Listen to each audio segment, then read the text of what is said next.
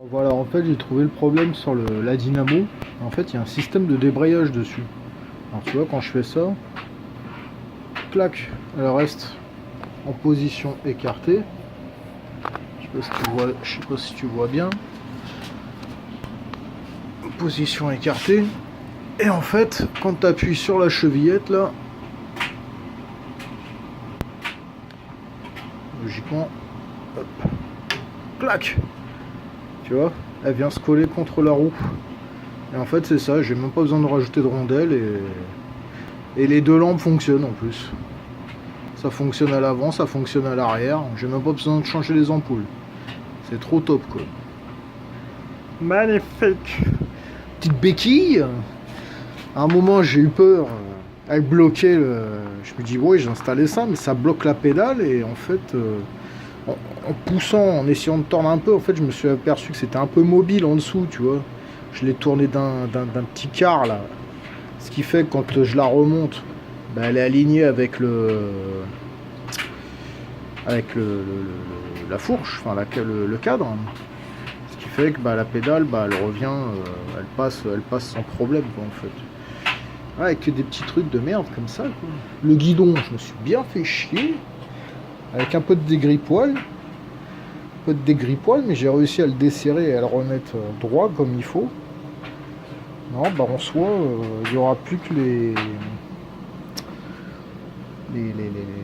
câbles de frein, enfin les câbles, je pense que je vais changer toute la câblerie, le gainage, pour que ça soit nickel. En fait, on voit que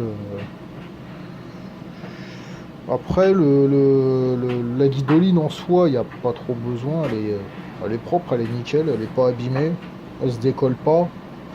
Bon, pour moi en soi, ça a ce petit côté vintage, carbone, sympathique à l'œil quoi. J'avais pris de la guidoline blanche, bon après blanc sur blanc, c'est transparent comme on dit.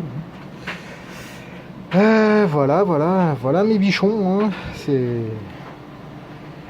tout ce que j'avais à vous dire, hein. Nickel, ces petits pneus là avec les flancs réfléchissants,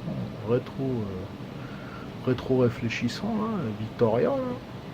J'ai trouvé exactement la même code que les anciens, quoi, du 728C.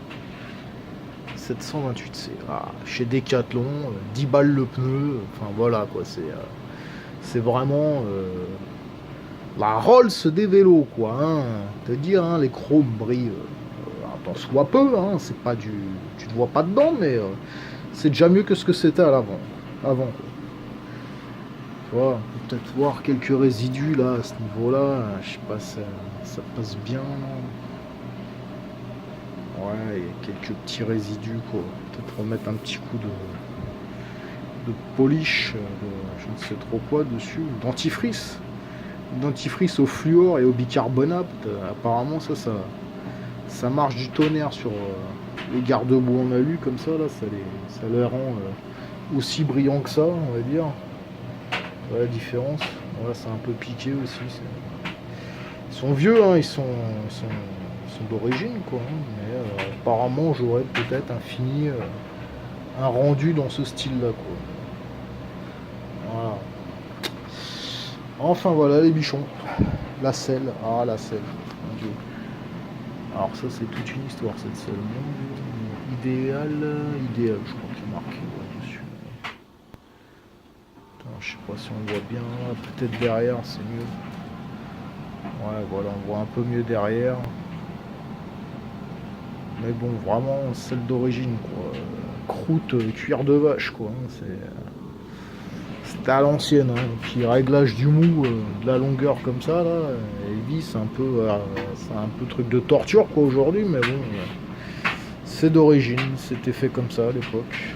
Il manque pas de morceaux, c'était fait comme ça. J'ai pu le voir sur d'autres vélos de l'époque, d'autres selles qui étaient à peu près pareilles, celles cloutées en croûte de vache quoi, hein, rien à voir avec ce qu'on a aujourd'hui quoi. Hein. Il fallait mettre, à mon avis, il fallait mettre l'escalope dans le calbar hein, à l'époque. Hein, pour pas trop avoir mal au cul en rentrant. Hein. Enfin voilà les bichons. Bon, bah, je vous dis à ciao pour une nouvelle vidéo. C'était Pollux. Wouh, Pollux. Allez, à plus tard. Ciao.